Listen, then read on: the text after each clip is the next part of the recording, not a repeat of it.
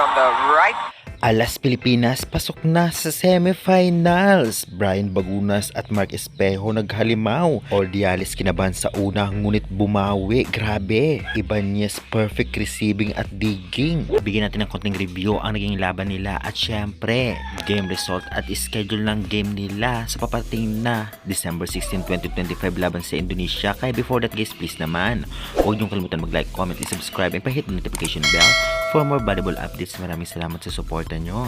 Congratulations sa Alas Pilipinas, panalo kontra sa Myanmar in 3 straight sets sa mga scores na 25-23, 25-20 at 25-21. Grabe, straight sets na dati ay talagang muntikin na tayong matalo ng Myanmar last SEA Games na magharap sila. Kaya congratulations. Ganun pa man syempre. Sunod na makakaharap nila ay ang Indonesia at maya-maya ay ibibigay natin ang schedule nila. Bigyan po muna natin ng konting review ang naging laban ng Myanmar versus Alas Pilipinas. Well, nakita na nga natin sa pag-uumpisa ay dikit ang laban dahil palitan ng scores at lumalamang pa nga ang Myanmar. Mukhang nanibago ulit ang Alas Pilipinas men's sa laban na ito. After nga ng World Championship, kaya naman syempre makikita natin na medyo malamig-lamig pa ang alas.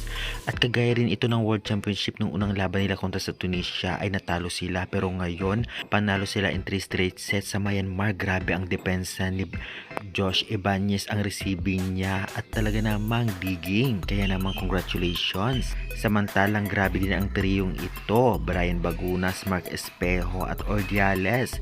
Sa unang set, second set, medyo kinakapapa ni Ordiales ang galawan niya dahil maraming error kagaya nung unang laban nila sa Tunisia, pero nga nakabawi ito sa mga susunod na sets.